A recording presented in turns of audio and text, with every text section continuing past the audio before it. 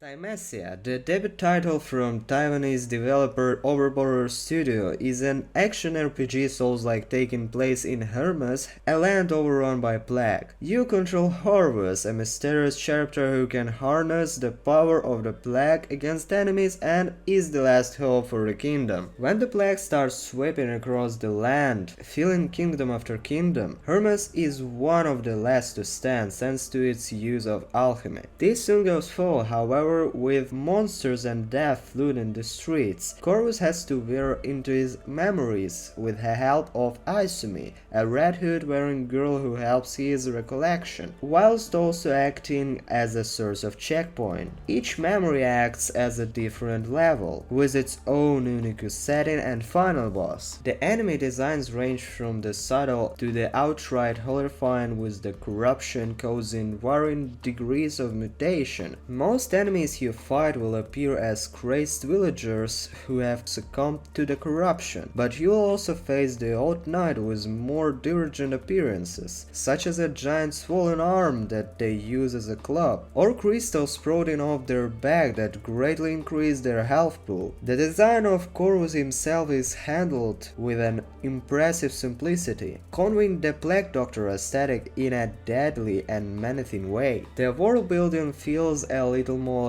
shallow, however. Thymesia opts for a similar sort of vague storytelling that is prevalent and unfortunately handled a lot better by other titles in this genre. Notes and flavor text are dotted around the levels to build the lore, but it ultimately feels disjointed. Each memory takes you to a different area that has no real connection to the others, and although they are all beautifully designed, it's hard to view the story as a cohesive whole with such little substance to bind them together. It all culminates in a final boss battle that I won't spoil here, but seems to have been designed more to fit the hypothesis of "it'll be really cool" as opposite to "yeah, this makes sense" and is a satisfying cap on the story. The title really shines in a combat system though. Having played the pre-release experience, which had some serious issues with its combat mechanics, I was worried heading into the final build, but Overborder Studio has taken on every aspect of feedback to tweak the systems so that combat is a lot less painful and much more rewarding. Your basic saber attacks will wound enemies, which will highlight a small chunk of their health bar. Following up with claw attacks will permanently chip away at this vulnerable section, which will otherwise recover. This wound system means that combat starts off challenging but starts to balance out more as you grow stronger. You gain a talent point each time you level up, which allows you to obtain perks that can increase your various damage outputs, provide you with new combos and attacks, or other combat buffs like increasing the amount of time it takes for an enemy to recover their wounded health. You attack quickly and dodge smoothly, and combined with a plague weapon system and claw ability, you can combo to the result of some thoroughly satisfying lethality. Killing enemies grants a chance for them to drop shards of their weapons, which you can craft into a permanent plague weapon to use alongside your sword, each having a unique attack that can be upgraded to deal more damage or provide you with combat buffs. You can also use a charged claw attack to harness an enemy's specific plague weapons for a single use, which you can use separately from your personal one, allowing for even more versatility and choice to your combos. Though you're lacking a shield for general use, Corvus is equipped with a dagger to parry enemy attacks and has the ability to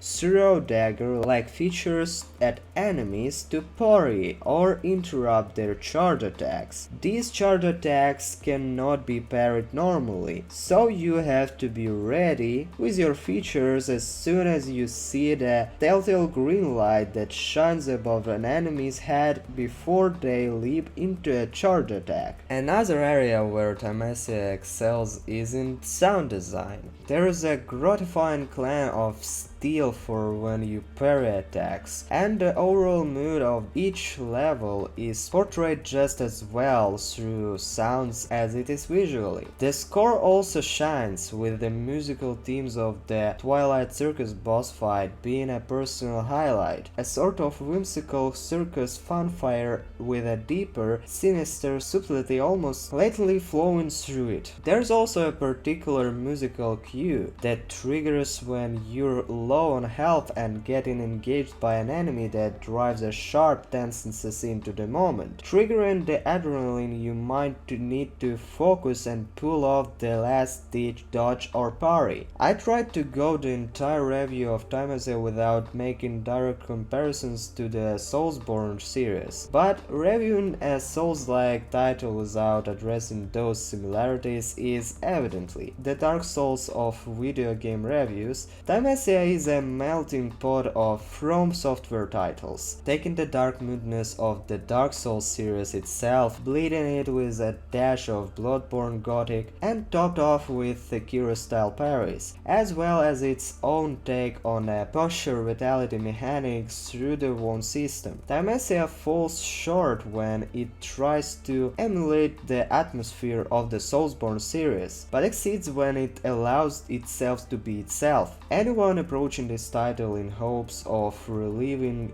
those experiences may be disappointed at the shorter length and scope of Thymesia, but it proves to deliver an experience unique to itself. A promising start from Overborder Studio. I look forward to seeing where they go with future releases and how they expand on Thymesia. Overall, Thymesia is a satisfying Souls-like action game that delivers quick and rewarding combat that is held back only by its attempts of trying a title too hard to be like other games. Though a relatively short experience, definitely one to try for any fans of this genre. For all Souls-like lovers, you should at least give this one a try. It is totally worth your time. As always, I'm thankful to you for watching this video, and I'll see you in the next one.